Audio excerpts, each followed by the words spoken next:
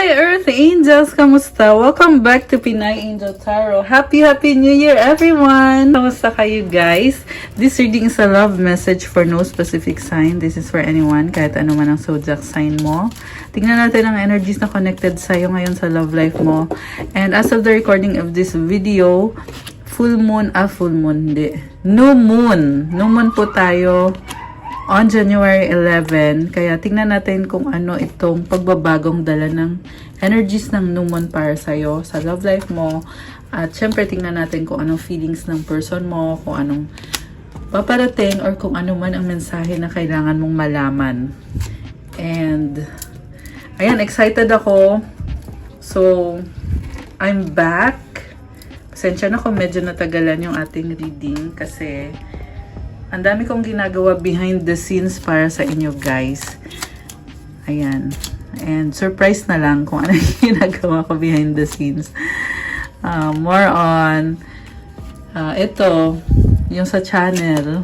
Pero hindi ko nasasabihin. Anyways, ito, kumuha na ako ng mga cards sa inyo guys. Nga pala, comment present para alam ko andyan kayo at nanonood. Comment nyo din kung ano yung specific na situation na pinagdadaanan nyo. And syempre, i-like nyo yung video. Kung kailangan nyo ng gabay, pwede kayong magpa-private reading. Bisitahin nyo po yung page ko sa Facebook, Pinay Angel Tarot, at i-message nyo ako doon. Pwede nyo rin ako i-chat sa Viber or sa WhatsApp para mas mabilis. Nasa description box po yung number ko. And for those na gusto mag-avail or gusto bumili ng crystals, kasi nakikita nyo gumagamit ako ng crystal. Meron for love and career, money, wealth, prosperity, abundance. Siyempre yung para sa Year of the Dragon na crystals. At marami po pong iba. May for protection, self-confidence, vitality, for creativity. Message nyo na lang ako dun sa Instagram ko. Okay? So, tingnan natin guys. Ito na. Tingnan natin ang unang cards na nakuha mo. Meron kang fox, ship, gentleman. Okay. Parang meron kang gustong puntahan na ayaw mong ipaalam or ayaw mong sabihin. Merong gustong mag-move on. May gusto kang gawin sa buhay mo ngayon. Okay? But you want to keep it for yourself. I feel like you want to manipulate the situation. Kaya fox yung unang card. Gusto mo kasi in control ka. Ayaw mong magpatalo. Posible may pinanggalingan yung energy na yan or may dahilan kung bakit ayaw mong matalo. Kasi gusto mo i-keep yung privacy mo, gusto mo iset yung boundaries sa connection na ito. Okay? So, ayan, dyan na muna yan. Sa tarot naman, overall energy mo, 4 of Wands, commitment. So, nakita ko dito merong balance and stability. Okay naman pala eh. Mukhang sinusuportahan niyo yung isa't isa ng person na ka-deal mo. Okay, ang focus mo is King of Cups. Sobrang mahal mo yung taong yan. Nagtitiis ka nga eh. Kaya mo magtiis para lang mag-workout kayo. What crosses you is the Death card. Pagod ka nang magtiis. Nakakaloka naman to. Kasi Death card yung problem. So, ibig sabihin, kaka-adjust mo sa taong yan. Dumating ka din sa point na iniisip mo, tama na to, gusto ko nang baguhin. Gusto ko nang baguhin yung sitwasyon. What lies below you, Queen of Cups? Sa totoo lang, sa loob-loob mo, mahal mo talaga siya. Siya yung happiness mo, pangarap mo. At binibigay mo yung best mo lagi sa kanya. Kaya kahit na nakafocus ka ngayon sa feelings mo at pakiramdam mo ay hindi ka na makakapagtiis or hindi mo na kaya, nakikita mo pa rin yung opportunities dito. Kita mo yung mga isda na kulay yellow. Masaya ka kasi. Ang daming opportunities nagbukas dahil sa taong yan. Kaya ganun din kahirap sa'yo na i-let go yung taong yan. Pero napapaisip ka ngayon na parang ayaw mo nang magtiis. Pero mahal mo talaga siya eh. Kasi andito din sa ilalim si Queen of Cups. Iniisip mo na yung future ninyo, kung ano yung mga gusto mo ma-achieve kasama yung taong yan. What lies above you is Judgment card. Marami na din kayong pinagdaanan, kaya feeling mo ngayon, it's time to move forward or to decide kung magle-level up ba kayo or kung tatapusin nyo na ba yan. alam mo, ang nafe-feel ko so far is, hindi basta-basta itong mga naiisip mo ngayon. Although parang ang feeling mo is temporary lang yung commitment ninyo. Kasi ito yung overall energy mo eh, 4 of Wands. So, andun yung commitment. Pero iniisip mo kasi na anytime pwede mong talikuran yung commitment na yan. Pero kung tatalikod ka man, masasaktan ka din talaga. Kaya yan yung dumadaan sa isip mo na pag nilet go ko tong taong to, masasaktan din ako. Ayan, pero tingnan muna natin. Tsaka ika-clarify pa naman natin yan mamaya. So, what lies behind is the Black Numen card. Ayun naman pala kasi ang tindi din ng stress mo dito sa connection na to. Mukhang merong negativity or ayun, kita mo ang dark ng card. So, nagkaroon ng challenges talaga. Kaya, ito ka ngayon, lumalaban ka, oo, kasi mahal mo siya. Unconditional yung pagmamahal mo sa kanya. At napasaya ka din naman niya. Oo, nabigyan ka niya ng happiness. Ayan. Alam niyo guys, so far, parang sinasabi dito sa tarot cards mo na wag mo munang i-let go. Wag mong sirain kung anong meron kayo. Okay, pero tingnan natin mamaya kung ano pa yung ibang cards. So, what lies before you is 5 of Wands. Oh, parang may nakita kang magkaka-conflict. Kung titiisin at titiisin mo yan, parang dadating sa point na, oo, committed ka sa kanya, nabibless naman yung commitment niyo or yung relationship niyo, pero naiinis ka din. Kaya, possible magkakaroon ng confrontation. And then, outside influences is 9 of Cups. So, hindi perfect ang lahat, pero blessed ka pa rin at thankful ka pa rin sa kanya. Nabigyan ka niya ng happiness at ng opportunities. Actually, pareho kayo. Merong emotional support para sa isa't isa. Okay? Pero yung person mo naman, 5 of Swords, alam mo siya yung nahihirapan. Bakit kaya? 5 of Swords yung card niya. Parang iniisip niya talo siya sa sitwasyon. Siguro kasi ikaw yung magdidesisyon eh. Tapos siya parang maghihintay lang kung anong magiging desisyon mo. Kaya siguro parang feeling niya, ang hirap naman ito. Talo ako dito. And parang ayaw niya kasi ng ganun eh. Kaya lumabas tong card na to. Ayaw niya yung natatalo siya. Baka dominante tong taong to. Baka may hadikang air sign, Gemini, Libra, Aquarius, or anyone na may ganun sa chart niya. Or this can be any sign naman. Mutual energies is 9 of Wands. Ang dami niyang frustration. May mga stress na lumabas dito. Pero alam mo, nakikita ko yung stress kasi parang unnecessary eh. Kaya nangyayari yung stress na yan kasi parang naboboard kayo eh. Kasi ang dami nyo nang pinagdaanan pero parang feeling mo palaging nagsa-struggle. Kaya nagkaka-conflict kayo or nag-aaway. Yung iba merong naka-block dito, nakita ko. Ayan, kita mo nakaharang yung mga wands, 'di ba? Nakaharang, tas yung isa may weapon pa siya na para anytime kung may sasabihin laban sa'yo, handa ka ipaglaban yung sarili mo. Ang outcome dito is 10 of Wands. So, ito na nga, fear and ayan ang daming snake, 'di ba? So, yan yung negativity na parang feeling mo kinokontrol ka ng mga negativity na yan. Pero, kung tutuusin is, nagmamadali ka lang talaga na ma-achieve mo yung mga goals mo. So, may na-feel ako na pagiging selfish or not willing to wait. Parang ganon. Di ka na mapaghintay kasi nagmamadali ka na. So guys, this coming year of the dragon is very passionate and very fiery na energy. So siguro ang advice ko lang sa inyo, iwasan yung magka-conflict guys kasi merong mga energies na ganyan this coming year of the dragon. So ayan, iwas kayo sa conflict. Mag-clarify tayo guys. So tingnan natin bakit. Sa totoo lang, mahal mo siya eh. Okay naman kayo eh. Pero, napapaisip ka ng mga bagay na ganon, na mag-aaway kayo. Or, alam mo yon parang naghahanap ng gulo. Yan yung nakita kong energy dito. So, i-clarify natin muna yung feelings mo sa kanya. Five of Pentacles, Knight of Pentacles, Page of Pentacles. Merong naiwan, tinalikuran, Seven of Wands. Kaya naiinis ka eh. Parang sasabi mo, wala akong kasalanan kasi ikaw nga yung naiwan. Ito left out in the cold. Tapos, ikaw naman, parang ninanamnam mo naman yung pag-alis ng taong yan. Siguro guys, ang masasabi ko lang, you don't have to wait for that person na balikan ka niya. Pwede ka namang maging masaya kahit wala yung taong yan. Kasi nakita ko sa'yo dito, meron namang opportunity maging masaya. Pero mas pinili mong magtiis. Kaya tuloy, ang tagal na ng pagtitiis mo. Ayan, parang ikaw yung kawawa dito.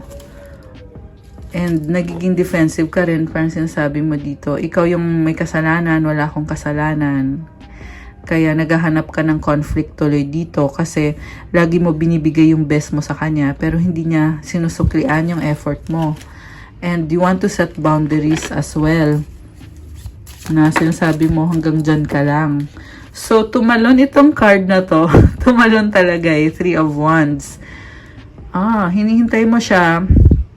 Kasi feeling mo hindi ka kompleto pag wala siya. Pero you know what?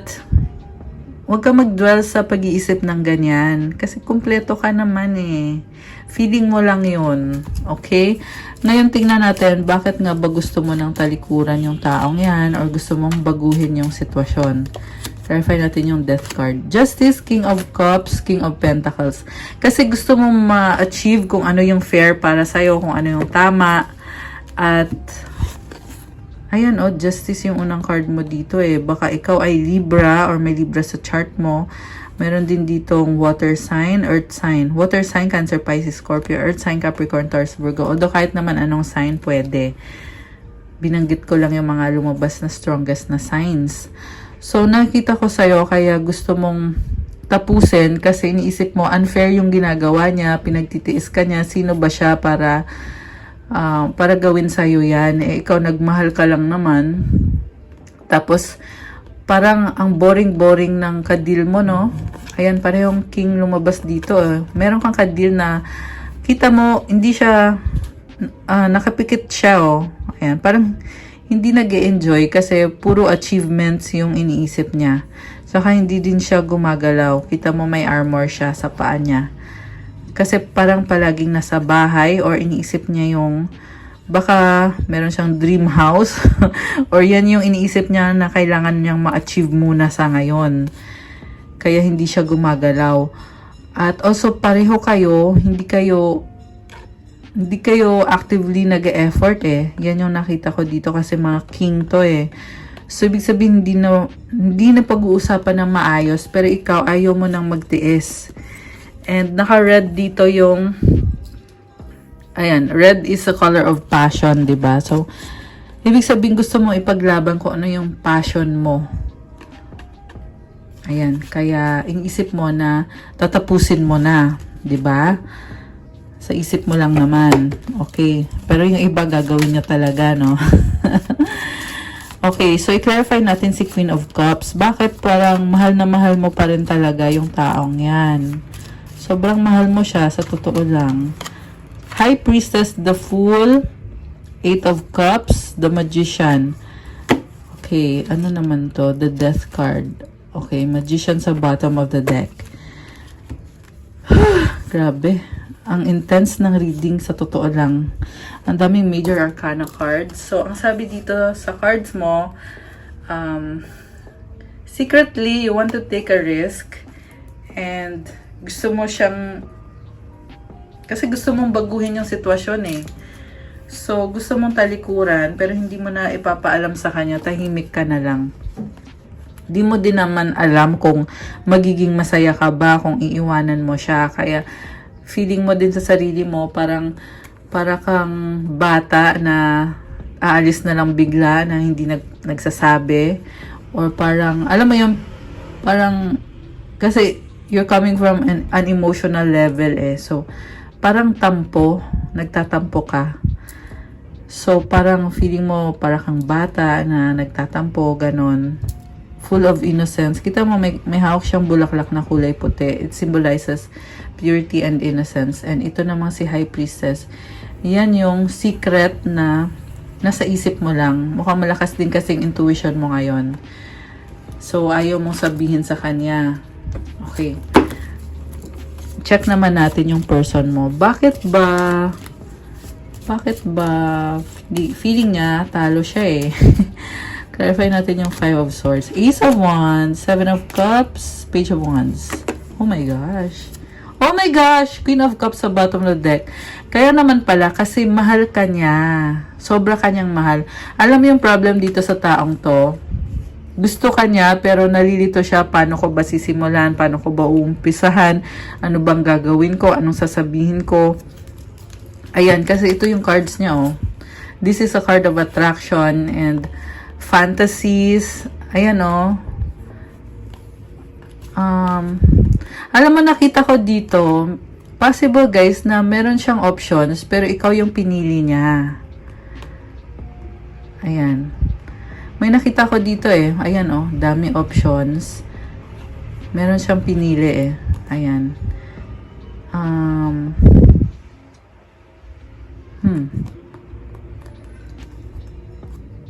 Parang I feel like sinasabi niya dito na ikaw yung pinili niya, so dapat mag-workout kayo. Okay, ganun yung energy ng person mo. Queen of Cups. Very romantic and passionate. Oh my gosh, meron Knight of Wands. Okay. So, gaano ka ba kamahal ng taong to? Tingnan natin.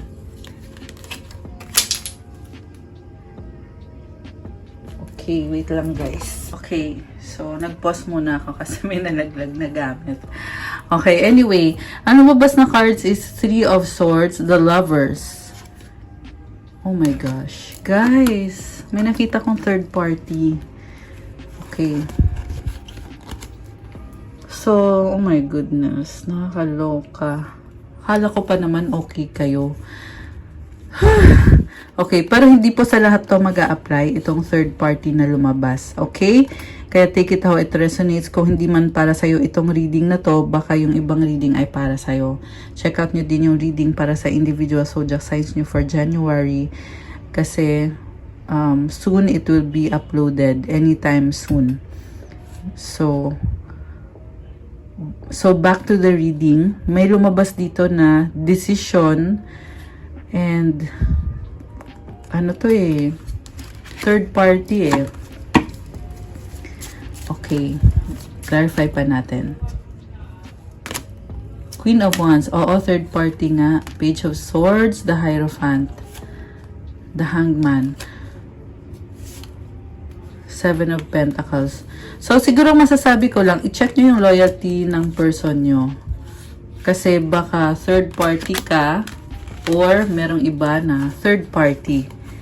Okay? Although like I said, hindi to sa lahat magre-resonate itong part na to. Okay? And ito kasi yung other woman eh.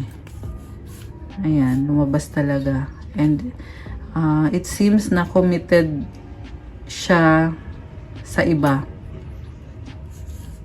Ayan. Or committed siya sa'yo pero merong energy ng other person na pinag-iisipan niya kung ano bang gagawin niya, magsistay ba siya or ano. Ayan, ito oh. Hindi siya makapag-desisyon. The Lovers is about making a choice or a decision. So, ayan, pinagsasabay-sabay. Biglang pumasok sa isip ko tuloy yung mga celebrity breakups na sinasabing meron daw third party. So, hindi kayo nag-iisa. Ayan. Pero again, hindi yan para sa lahat yung may third party. Okay? So, kung wala naman talagang third party sa inyo, hindi para sa inyo yung part na yan. Okay. So, tingnan natin yung iba pang energies ng person nyo. Okay? Maliban dun sa may third party. Bakit parang hirap na hirap yung person mo? The Sun, Queen of Swords, the Star, Wheel of Fortune. Wow! Six of Wands, Six of Swords, Six of Wands, and Four of Wands. Okay, so ibang energies na itong nasagap ko dito. Commitment naman and positivity naman yung lumabas sa cards. Moving forward. And ang nakita ko dito, overcoming obstacles. So, good cards naman to guys. Buti naman. Also, malaking pagbabago kasi Sun is about new beginning. Queen of Swords, parang natuto na siya eh. The Star and the Wheel of Fortune. So, itong Wheel of Fortune, malaking pagbabago to. Very positive na change. Although parang meron pa siyang pinag-aaralan tungkol sa wish niya na alam niya na magiging successful. Okay. Anong outcome? Anong outcome dito? Okay. Two of Swords, Six of Cups, King of Wands. Hindi makapag-desisyon, pero nagkikare talaga sa'yo tong taong to at sobrang attracted sa'yo. The reason na hindi siya makapag-desisyon dahil sa fear and yung parang pinangungunahan na niya kasi may mga problema eh. Kita mo yung mga bato-bato na yan. Yan yung nasa isip niya eh. May mga problems. Kaya hindi tuloy makapag-desisyon or hindi makagalaw. Okay. Kuha tayo ng outcome cards gamit tong card na to. Oh wait. Parang gusto ko i-clarify yung energy ng person mo gamit tong cards na to. Okay. Tingnan natin.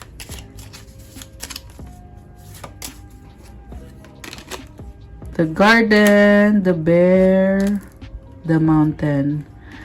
Oh, sabi ko na eh, meron siyang iniisip na malaking problema. Kaya, hindi niya fully ma-enjoy kung anong meron kayong relasyon, sa relasyon nyo. Kasi itong mountain symbolizes problem. Ayan. Ito siya o bear. Garden. So, meron naman kayong future together, pero parang pinangungunahan niya kasi iniisip niya, paano ba isosolve itong malaking problem na to? Okay. So, kuha tayo ng outcome cards at ng advice.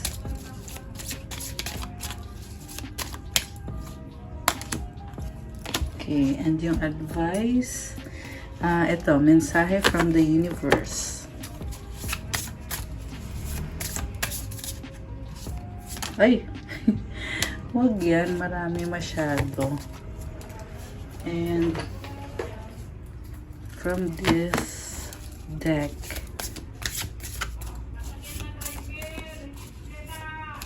okay. So, from the universe, Ten of Swords, the Star, the Emperor. Ending, and alam mo, andun pa rin yung energy niya na may pagka-egoistic. Baka ikaw din yan. Na ingat sa temper. Yan lang yung masasabi ko. Pero ending to guys, and sa ending na yan, parang umaasa kayo na makukuha niyo kung ano yung gusto niyo. Ayan, siguro ano lang, take it easy lang. Okay? Take it easy. Kasi, kung ibibigay ni universe, ibibigay talaga yan. Happiness is my birthright! Wow! So, New Year vibes yung nafe-feel ko sa card na to. And also, birthday ng mga Capricorn kasi nasa Capricorn season pa rin tayo. Kaya kung may Capricorn dyan, happy birthday sa inyo. Comment nyo kailan ang birthday nyo. And, sinasabi lang dito na karapatan mong maging masaya. Kaya, dapat lang na maging masaya ka. Abundance, divine beloved, please show me how to feel fully deserving to receive. I release my ego's plan and open to being a vehicle for abundance. So, sabi na nga meron talagang ego na at play dito sa reading natin or nagiging issue yung ego mo or ego ng taong kadil mo. And sabi dito, kapag iset aside mo daw yung ego mo na yan, kasi pag ginawa mo yon, magkakaroon ng abundance. So, kailangan mong i-release yung mga nakakaramdam ng galit dyan. I-release nyo yung galit na yan. Kasi, pag nirelease mo yan, mabigat kasi yan eh, pero pag nirelease mo yan, lalo na ngayon kasi new moon ngayon, you will be ready to receive blessings. Saka makakapasok yung blessings sa buhay mo at saka ka magkakaroon ng abundance. Kasi hanggat nag-hold on ka dyan sa ego na yan, hindi nakakapasok yung blessings. Ganun yung mensahe para sa'yo ngayon. Ayan. Okay. Ayan. This is so nice. Abundance. Okay, guys. That's what I have for you para sa ating love message for today. Thank you so much for watching. I-like nyo na tong video na to. Hit the notification bell kasi hindi nagno-notify si YouTube unless na-on nyo yung notification bell dito sa channel na to. Also, subscribe kung bago kayo dito. And kung kailangan nyo ng gabay, pwede kayong mag-avail ng private reading services ko. Ikaw mismo yung i-reading ko. Kaya, i-message nyo lang ako sa Facebook page ko. Ayan. And, pwede rin sa Viber or sa WhatsApp para mas mabilis. Nasa description box yung number ko.